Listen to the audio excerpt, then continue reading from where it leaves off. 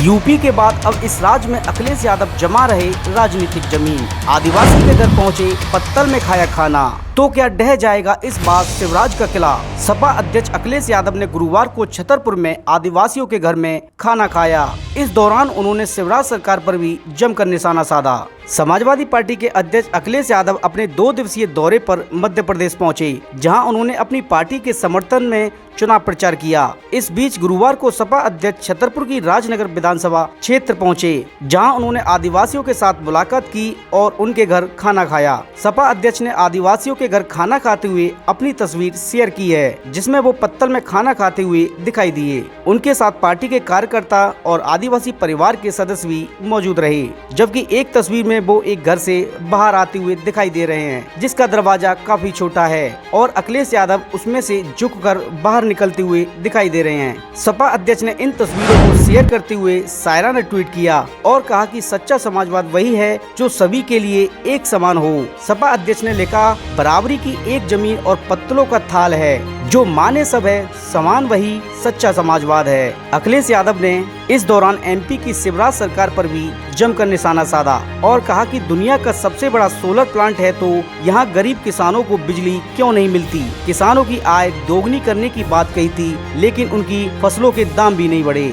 अखिलेश यादव ने बीजेपी की लाडली योजना पर भी सवाल उठाए और कहा कि ये भाजपा लालच देकर लोगों से वोट लेना चाहती है, लेकिन आदिवासियों की ओर कोई ध्यान नहीं देती। उज्जैन में 12 साल की बच्ची के साथ हुई हैवानियत पर सपा अध्यक्ष ने कहा है कि सरकार को बताना चाहिए कि 20 सालों में महिला सुरक्षा के लिए क्या किया। सरकार ने कुछ नहीं किया, इसलिए इस तरह की घटनाएं हो रही हैं। राजनीतिक गुरुओं की माने तो अखिलेश यादव के इस राजनीतिक दाव का बीजेपी और शिवराज सरकार के पास कोई तोड़ नहीं है और हाँ, आने वाले विधानसभा चुनाव में अखिलेश यादव कुछ न कुछ करिश्मा करते हुए जरूर दिखाई दे सकते हैं। जिस प्रकार अखिलेश यादव मध्य प्रदेश में अपनी पार्टी की नींव रख रहे हैं, उससे लगता है कि बीजेपी और शिवराज सरकार के लिए इस बार काफी चुनौती बढ़ने वाली है। मध्य प्रदेश से राजेश कुमार के साथ मैं Dinesh Rai, bureau report, Bharat news.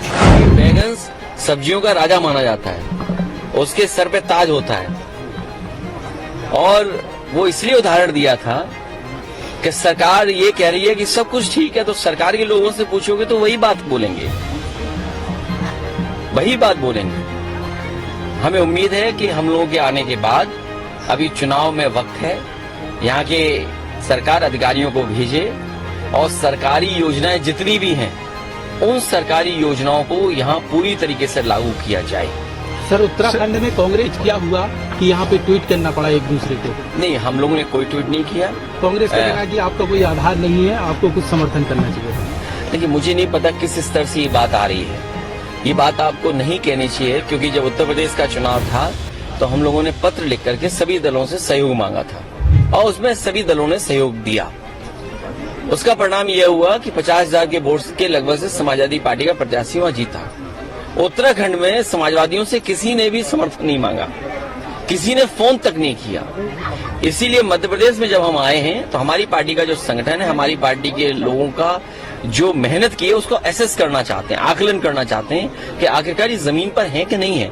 अब मान लीजिए बबलू पटेल हैं, यहाँ कोई गांव नहीं छोड़ा जिसको ये पैदल से पदयात्रा कर करके लोगों से संपर्क न किया हो।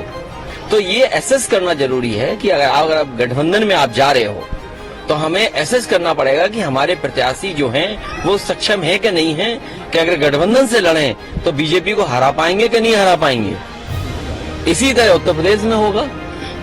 सर, बात करें वासियों की, बात करें सीधी पे पेशाब कांड भी हुआ, लेकिन अभी मैं यदि बात करूं उज्जैन में जो 12 साल की बच्ची के साथ जिस तरीके से घटना हुई है, तो आप क्या मांग करेंगे? क्यों नहीं रोक रहे हैं आखिर मध्य प्रदेश में इस तरीके? ये 12 साल की बेटी के साथ जो घटना हुई है बहुत दर्दनाक है और आज के समय पर ऐसी घटनाएं होना और हम लोगों के सामने ये संकट आना कि ये सूचनाएं हम लोग को मिल रही, ये बहुत ही दुर्भाग्य की बात है। सरकार को कठोर कार्रवाई करनी चाहिए और इस सरकार को जवाब ये देना चाहिए कि पिछले इतने 20 साल से सरकार में रहे हैं तो आखिरकार बेटियों की, माताओं बहनों की सुरक्षा के लिए क्या काम किया इन्होंने, और सुरक्षा के लिए काम नहीं किया। उसी का परिणाम ये है कि ऐसी घटनाएं हो रही हैं।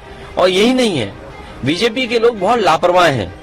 अभी घटना हुई है तो कहेंगे सख्ती से पेश आएंगे, सख्त कार्रवाई करेंगे। आप देखिए मणिपुर में क्या हुआ था, माताएं बहनों को उनके वस्त्र उतार करके उन्हें पैदल घुमा दिया था। उत्तर प्रदेश में हाल क्या है, राजस्थान, मध्य प्रदेश और उत्तर प्रदेश में सबसे ज्यादा आंकड़े ये बताते हैं कि महिलाएं असुरक्षित हैं। सर आप किस मांगे कि कठोर कार्रवाई हो और भविष्य में ऐसा न हो, ये जो भी सरकार है उसकी जिम्मेदारी है।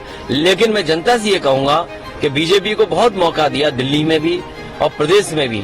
जब इनके 30 साल का अगर कार्यकाल देखेंगे, 10 साल दिल्ली का, 20 साल मध्य प्रदेश का, तो इनको मध्य प्रदेश से हटाइए। सर आप कह रहे हैं जैसा अन्याय हो रहा है, बीजेपी के लोग मंचों से कई बार ये कहते हैं कि जब भी किसी बेटी या महिला के साथ कुछ ऐसा होता है तो हम न सिर्फ कड़ी कार्रवाई करते हैं बल्कि उनके घरों पर बुलडोजर भी चलते हैं। तो इनको बुलडोजर खूब चलाए। नहीं, बुलडोजर चलाना चाहिए, यहाँ चलाते क्यों नहीं है जिस दोषी ने किया है। लेकिन बुलडोजर की भाषा, बुलडोजर बिहार, बुलडोजर ये कानून में नहीं आता है, ये तानाशाही का प्रतीक है। आपके पास कानून है, फोर्स है, पुलिस है, वो क्या कर रही है आपकी इंटेलिजेंस क्या कर रही है? आखिरकार आपने 20 साल में क्या किया? आपने क्या 20 साल इसलिए सरकार में रहे हो कि आपको बुलडोजर चलाना पड़ रहा है आज? जो भी सांसद है रमेश बुदड़ी, इन्होंने जो दानिश अली, इनको गालियां दी थी। उसके बाद 15 दिन का नोटिस दिया भाजपा ने और फिर उन्हें एक बड़ी जिम्मेदारी दे दी गई है। भाजपा के लोगों की यही तरीका है। भाजपा के लोग उनका सम्मान करते हैं, जो किसी भी समुदाय जाति के खिलाफ बोलते हैं।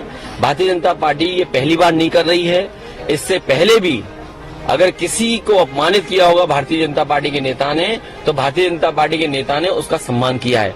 और भारतीय जनता पार्टी का ये इकलौता सांसद नहीं जिसकी भाषा ऐसी है। अगर पुराना आप देखोगे, बहुत ही बड़ी संख्या में आपको मिलेंगे जो भारतीय जनता पार्टी के नेता है, इस तरह की भाषा का इस्तेमाल करते हैं। ऐसे लोगों के खिलाफ कड़ी कार्रवाई हो और पूरी उम्र भर चुनाव न लड़ सकें, ऐसी व्यवस्था हो। सर मध्य प्रदेश पार्टी कितनी सीटों पर लड़ेगी और कितनी सीटें आने वाली, उम्मीद क्या जताई जा रही है? पिछली बार एक ही मिली थी आपको। एक ही मिली थी, कई जगह दूसरे नंबर पे थे। पूर्व में भी समाजवादी पार्टी जगह जगह जीत चुकी है। हमारी पार्टी में रहे लोग, चुनाव लड़े लोग, दूसरे दलों में विधायक हैं, ऊंचे पदों पे बैठे हैं। समाजवादी पार्टी का संगठन है। जहां समाजवादी पार्टी जीतेगी, जहां समाजवादी पार्टी बीजेपी का मुकाबला कर रही है, वो जरूर समाजवादी